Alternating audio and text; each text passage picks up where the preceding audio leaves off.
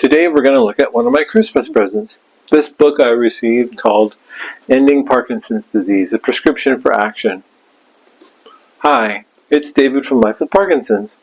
If you're new here, welcome. We hope you'll consider subscribing.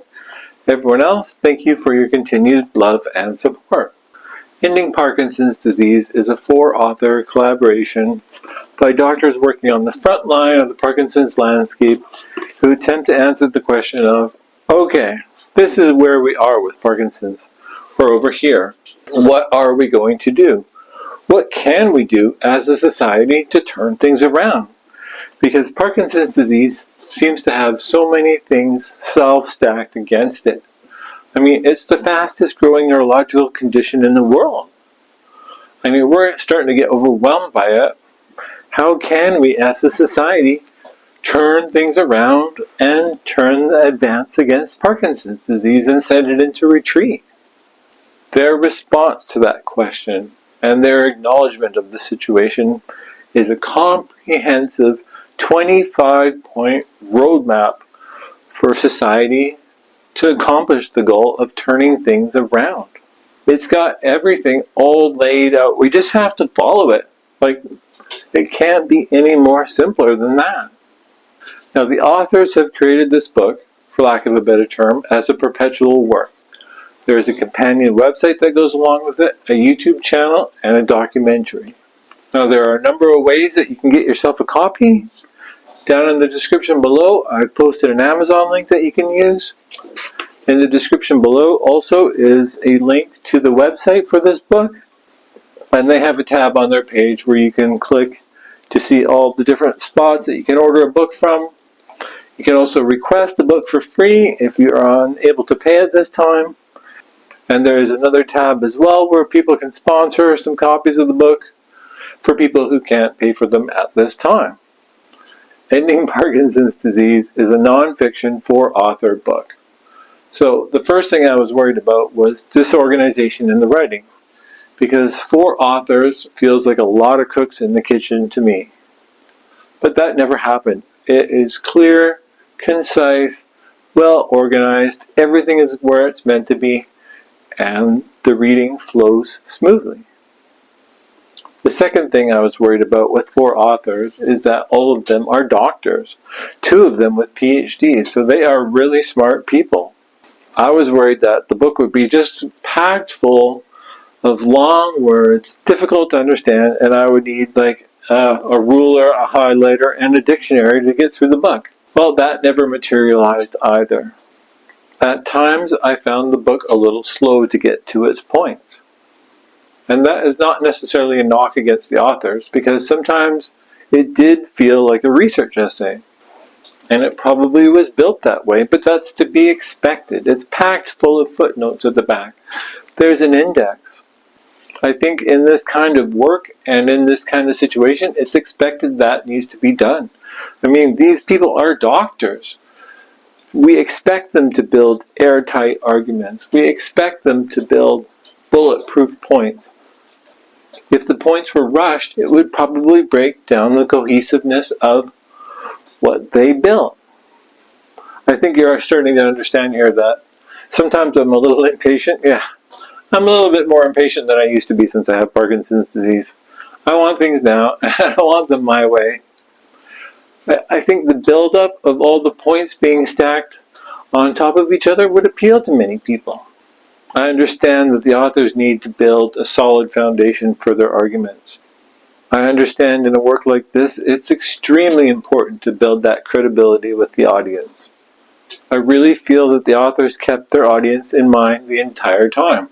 One thing that I love the authors did is that they slipped in juicy tidbits of information with skill and stealth in places I least had expected it.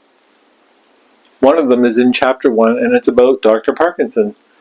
Something I never knew about, and I'm not going to spoil it for you here. I just want to say that they had Easter eggs everywhere, all over this book, that really provided a reward for sticking with their points and following their arguments. I really feel that you will enjoy them. I love reading a good book with a clear roadmap that keeps the destination directly in focus. And in that regard, the authors of Ending Parkinson's Disease have excelled. The reader is guided along a clear pathway through human stories and interaction.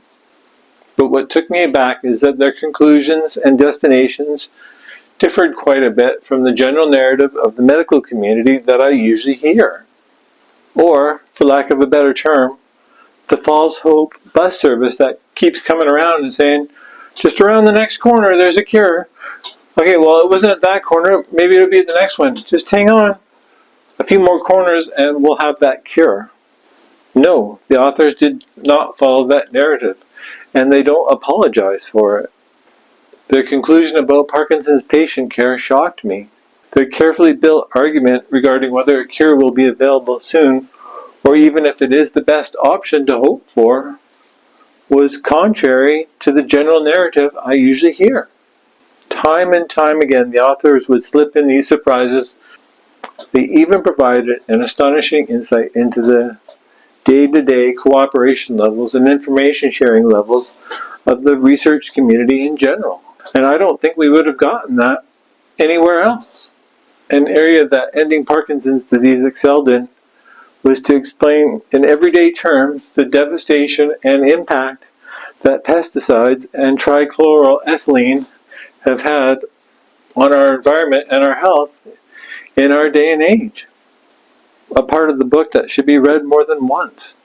The call to action in Ending Parkinson's Disease produces a 25-point comprehensive roadmap that any individual or organization that wants to advocate for Parkinson's disease can follow easily, as everything is included. The emails, the addresses, the names, the contact information, everything is there. If you're going to advocate for Parkinson's disease in the United States, you need to have a copy of this book. I can only hope that through cooperation and updates on the website that more countries, including Canada, can have a similar guidebook implemented based on the American one. This book was unfortunately overshadowed a bit by the COVID-19 pandemic, but that doesn't mean the call to action should be left hanging in the dust. We need to unite as a Parkinson's community and get our voices heard. It's funny because when I was initially reading this book, it's like, what am I going to do with this information? What can I possibly do with this information? And the authors kind of turn it around and ask us the question in return, well, what can you do? And my answer became, well, I can write a review of this book to let other people know that it's out there. And hopefully through that effort, we'll be able to unite and get our voices heard as a community. Because what they talk about in this book is very impactful and very important. And my recommendation is that anyone with Parkinson's disease or anyone slightly connected to the illness should read this book. And I would go as far to say as everyone should read this book, because pesticides and trichloroethylene affect everybody, don't you think? If they're out there in the environment, and they are, it's affecting us all, whether or not you have Parkinson's disease or not. And having that companion website for updates on the project is a great idea. It's a great way to keep a book relevant, current, and in the limelight. And everyone should definitely spend some time there. Take the time to watch the documentary as well. It's emotional, engaging, and very informative. And like I said before, in the description below, I posted an Amazon link, as well as links to the website where you can get a copy of the book. And you can also pay it forward by sponsoring a copy for someone else who can't afford it. Thank you for continuing to take this journey together. Thank you for liking, watching, subscribing, and sharing this video with your family and friends. Please leave a question or a comment below. I'll see you on the next one. Have a good day. Goodbye.